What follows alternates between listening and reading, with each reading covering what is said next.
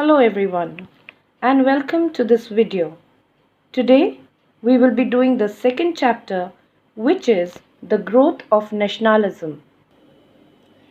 In the middle of the 18th century, European countries were under the monarchical system in which the king was the ultimate authority. Kingdoms were spread over vast territories inhabited by people of different ethnic groups. The feudal lords were like minor kings. They framed their own laws and implemented them according to their own will. Thus, a kingdom was divided into a large number of feudal estates. There were a large number of custom duties to be paid within a kingdom at various points, and this was economically harmful and affected the smooth running of trade. The rich merchant class demanded the removal of such barriers and wanted the establishment of a nation state with a uniform set of laws.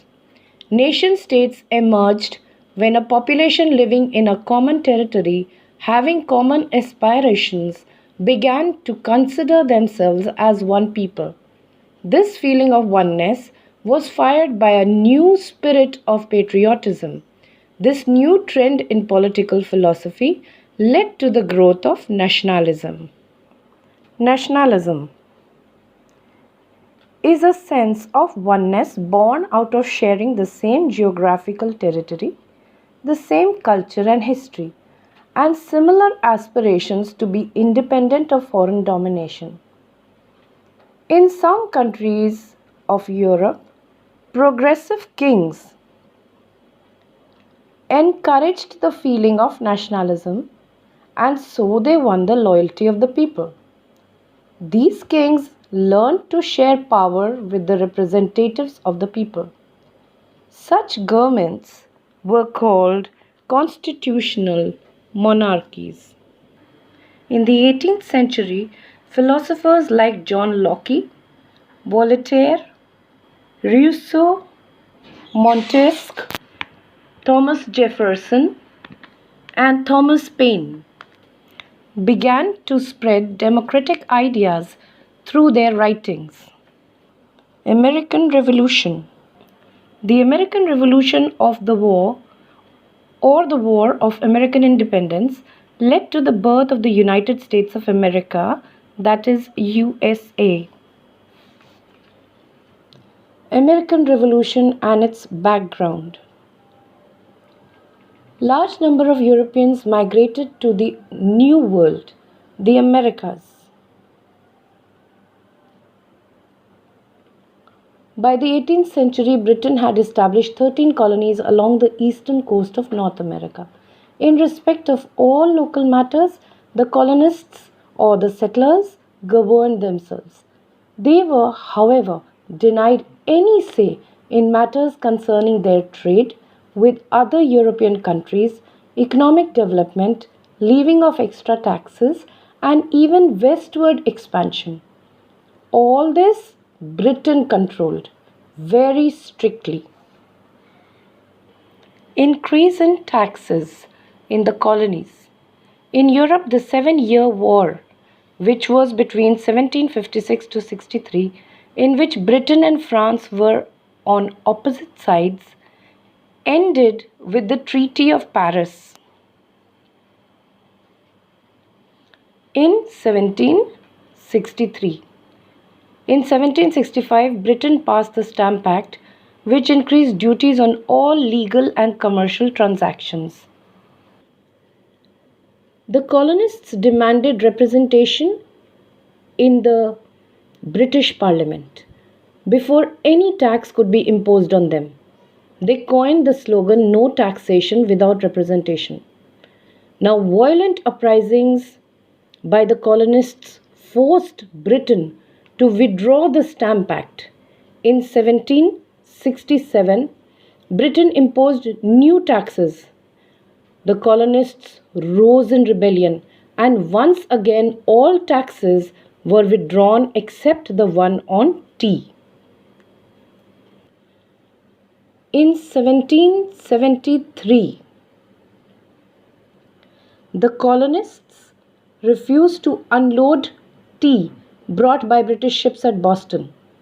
When the governor ordered 3 ships to be unloaded, a group of colonists disguised as American Indians boarded the ship and threw the crates into the sea. This incident is known as the Boston Tea Party. And this incident sparked off the American Revolution. Declaration of Independence.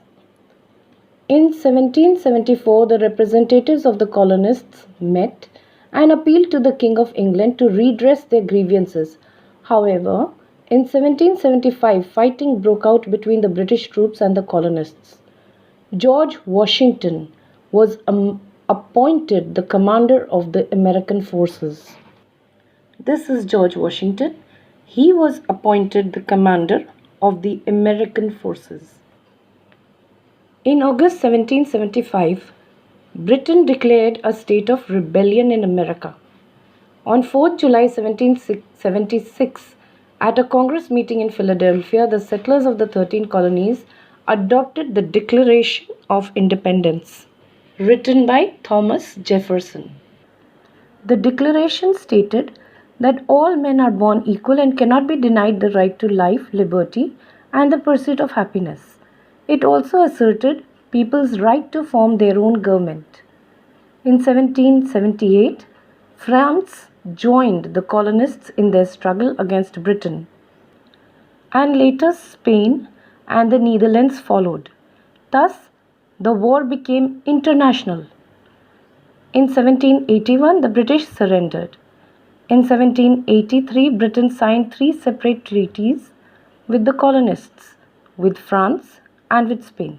By the Treaty of Paris, Britain recognized the independence of the 13 rebellious colonies, which later formed the United States of America, that is USA.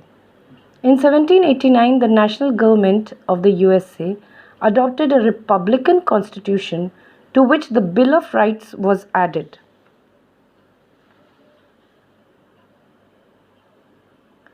It assured the citizens of the USA justice under the law, freedom of speech and religion, and freedom of the press. French Revolution. At the beginning of the 18th century, France was a monarchy ruled by an autocratic king. French society was divided into 3 estates or classes. The first estate consisted of the clergy, and the second estate consisted of the nobility. The third estate, however, consisted of the peasants and the bourgeois, which included professionals and wealthy merchants. The first and the second estate enjoyed many privileges and paid almost no taxes. Wealth was concentrated in their hands. The third estate had no privileges. This estate bore the burden of taxation. Events before the Revolution. Involvement in the War of American Independence put France in a severe financial crisis. King Louis XVI proposed to increase taxes to overcome this crisis. This aroused the people's resentment.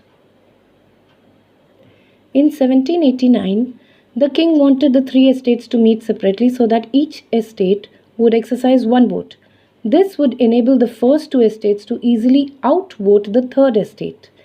The third estate, however, demanded a combined meeting of all the 3 estates, with every member exercising 1 vote. When no agreement reached or could be reached, the third estate proclaimed itself the National Assembly on 17th June 1789. This followed by the formation of the National Constituent Assembly. King Louis XVI finally yielded and ordered the first and second estate to join the National Assembly. The National Assembly then became the National Constituent Assembly, which was to frame a constitution for France. The king, however, began to gather troops to reassert his authority, and the people's resentment against him grew. Ultimately, with liberty, equality, and fraternity as their slogans, The people rose in rebellion. On 14th July 1789, the people of Paris stormed the Bastille and set the prisoners free. The king lost total control over Paris. Declaration of Rights. In August 1789, the National Constituent Assembly of France adopted the Declaration of the Rights of Man and of the Citizen.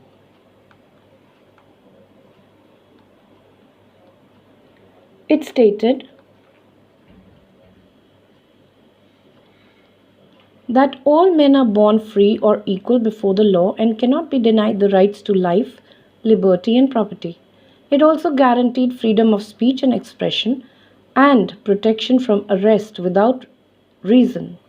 A new assembly called the National Convention was elected to power in August 1729. The National Convention abolished monarchy and established a republican government. However, the republican government failed to restore political calm in France. France also became involved in wars. This caused heavy expenses and also allowed the military to gain in political power. It was in this situation that Napoleon Bonaparte rose. The National Convention abolished monarchy. Thereafter, King Louis XVI was charged with treason and beheaded in January 1793. His wife, Marie Antoinette, was also executed in October 1793. However, the Republican government failed to restore political calm in France, and France became involved in wars. This caused heavy expenses and allowed the military to gain political power. After Napoleon rose to prominence, his first major victory came in 1793 when he drove out the British forces that had occupied the port of Toulon. Thereafter, he rapidly rose to the rank of a general. France under the charge of Napoleon. In 1804, Napoleon introduced a new code of law or Code of Civil Laws, later known as Napoleonic Code. The code did away with privileges and established the revolutionary principle of equality before the law. It aimed to give effect to other revolutionary principles like individual liberty, the freedom of work, and it also protected private property. In December 1804, Napoleon crowned himself as Emperor Napoleon I. Napoleon and the unification of Europe. Napoleon gave France able military leadership. He unified the regions that he conquered by establishing uniform administration. His troops spread revolutionary ideas of liberty and freedom. The people of that time conquered regions. They welcomed these reforms and ideas. Fall of Napoleon. In 1812, Napoleon invaded Russia. A large number of soldiers died of the cold weather there, and they also were hungry, couldn't get food. They died of hunger during this campaign. His enemies now united against him and attacked France from all sides. Napoleon was forced to step down from the throne and was sent to exile to the Mediterranean island of Elba. Napoleon soon returned to France, raised an army, and recovered the throne. However, in 1815, he was defeated by the British and their allies in the Battle of Waterloo in Belgium. This time, he was exiled to the island of St. Helena in the Atlantic Ocean. He died there in 1821. Nationalist movements spread across Europe, in Poland, Greece, Germany, and Italy. The German unification movement was led by Otto von Bismarck, and the Italian unification movement was led by Giuseppe Garibaldi and Giuseppe Mazzini in 1870. The nationalist movements continued into the 20th century and spread over the whole world. Thank you for watching, children.